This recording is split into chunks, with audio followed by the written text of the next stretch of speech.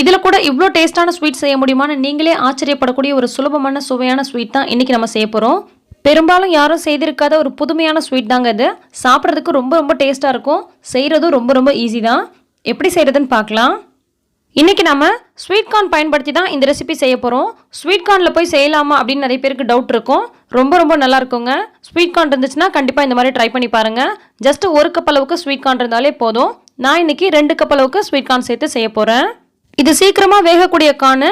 இன்னொரு கார்னும் நமக்கு கிடைக்குது. அது கொஞ்சம் லேட்டாக வேகக்கூடியது இருக்கு இல்லையா, அதையும் நீங்கள் இதே மாதிரியே சேர்த்து செய்யலாம்.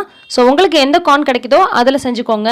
இப்போ 2 கப் அளவுக்கு ஸ்வீட் கார்னை ஒரு மிக்ஸி ஜாரில் சேர்த்துக்கிட்டேன். கூடவே 1/4 கப்புலேருந்து 1/2 கப் அளவுக்கு தண்ணி சேர்த்துக்கலாம். இதை ஓரளவுக்கு நைஸாக மயிற அளவுக்கு அரைச்சி விட்டு எடுத்துகிட்டு வந்துடலாம். இதை நம்ம பச்சையாகவும் அரைச்சி விட்டு எடுக்கலாம், அல்லது லைட்டாக ஆவி காட்டி வேக வச்சுட்டு அதுக்கப்புறம் இந்த மாதிரி அரைச்சி விட்டும் எடுத்துக்கலாம். ஸோ அது உங்களுடைய விருப்பம் தான். எப்படி செஞ்சாலும் நல்லாயிருக்கும். இப்போ பார்த்தீங்கன்னா ஓரளவுக்கு நைஸாக மஞ்சிடுச்சு. ஸ்வீட் கார்னில் நேச்சுரலாகவே லைட்டாக ஸ்வீட்னஸ் இருக்கும். ஸோ இதில் நம்ம ஸ்வீட் செய்யும் போது ரொம்பவே டேஸ்ட்டாக இருக்கும். இப்போ இது ஒரு ஓரமாக இருக்கட்டும். இப்போ ஒரு பேனை அடுப்பில் வச்சுட்டு 1 அல்லது 2 ஸ்பூன் அளவுக்கு நெய் சேர்த்துக்கலாம். இது நான் வீட்டிலே காய்ச்சின நெய், அதனால் அடியில் பார்த்தீங்கன்னா இந்த மாதிரி கொஞ்சம் கலராக இருக்குது.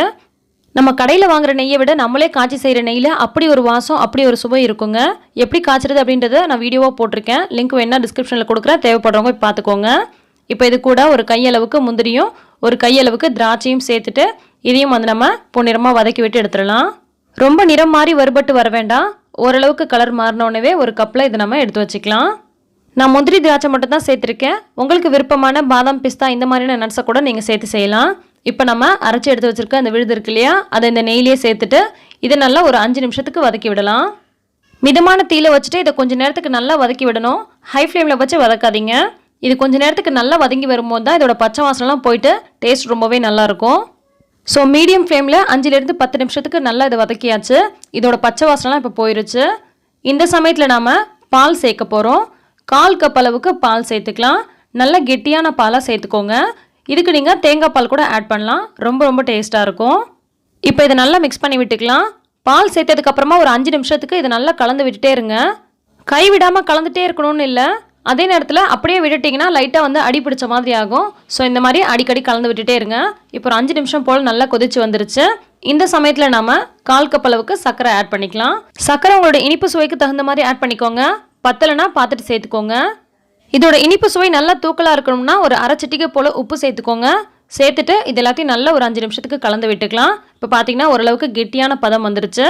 இந்த சமயத்தில் நாம் 1 ஸ்பூன் அளவுக்கு நெய் சேர்த்துட்டு 1/2 டீஸ்பூன் அளவுக்கு ஏலக்காய் பொடி சேர்த்துக்கலாம்.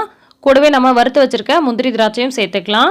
உங்களுக்கு விருப்பமான நட்ஸ் எதுனாலும் நீங்கள் வறுத்து விட்டு சேர்த்துக்கோங்க. இது எல்லாத்தையும் சேர்த்துட்டு நல்லா ஒரு முறை கலந்து விட்டுறலாம். ஏலக்காய் பொடி நம்ம கடைசியாக சேர்த்துருக்கனால ரொம்ப ரொம்ப ஃப்ளேவர்டாக இருக்கும். அந்த வாசனையே பார்த்தீங்கன்னா அப்படியே வீடு முழுக்க இருக்கும். ஸோ ஏலக்காய் பொடியை இந்த மாதிரி கடைசியாக சேர்த்துட்டு கிளறிக்கோங்க. இப்போ நம்ம கடைசியாக 1 டீஸ்பூன் அளவுக்கு வெனிலா எசன்ஸ் சேர்க்க போகிறோம். இது சேர்த்து செய்கிறதுனால இது ஹல்வாவா அல்லது ஐஸ்கிரீமான்னு கண்டுபிடிக்க முடியாது. அந்த அளவுக்கு ஒரு சூப்பர் டேஸ்ட்டில் இருக்கும். வெனிலா எசன்ஸ் சேர்த்து தான் ஆகணும் அப்படின்ற அவசியம் கிடையாது. ஆனால் வெனிலா எசன்ஸ் சேர்த்துட்டு நல்லா மிக்ஸ் பண்ணிவிட்டு ஃப்ரிட்ஜில் வச்சு நீங்கள் எடுத்து சாப்பிடும்போது ரொம்ப ரொம்ப சூப்பராக இருக்குங்க. ஸோ உங்களுக்கு ஐஸ்கிரீம் போல் ஒரு டேஸ்ட் வேணும் அப்படின்னு நினச்சிங்கன்னா இதில் நீங்கள் வெனிலா எசன்ஸ் ஆட் பண்ணிக்கலாம். அப்படி இல்லைன்னா தேவையில்லை. அப்படியே செஞ்சிங்கன்னா ஹல்வா போல் நல்லாயிருக்கும். இப்போ நம்ம ஸ்டவ் ஆஃப் பண்ணிவிட்டு இன்னொரு பிளேட்டில் மாற்றியாச்சு. மேலே கொஞ்சம் போல் பாதாம் துருவி சேர்த்துருக்கேன். இதில் நம்ம பால் சேர்த்துருக்கோம் இல்லையா, அதுக்கு பதிலாக தண்ணீர் மட்டுமே கூட சேர்த்து செய்யலாம். பால் சேர்த்து செய்யும் போது ஒரு விதமான டேஸ்ட்லேயும், தண்ணீர் மட்டுமே சேர்த்து செய்யும் போது ஒரு விதமான டேஸ்ட்லேயும் இருக்கும். ஸோ உங்களுக்கு எப்படி விருப்பமோ அப்படி செஞ்சுக்கோங்க.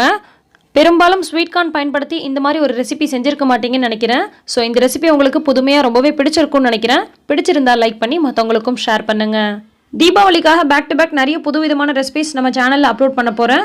ஸோ இது வரைக்கும் நம்ம சேனலை சப்ஸ்கிரைப் பண்ணாதவங்க சப்ஸ்கிரைப் பண்ணி வச்சுக்கோங்க. ஆல்ரெடி சப்ஸ்கிரைப் பண்ணவங்க பக்கத்தில் இருக்கக்கூடிய பெல் ஐக்கானை டிக் பண்ணி வச்சுக்கோங்க.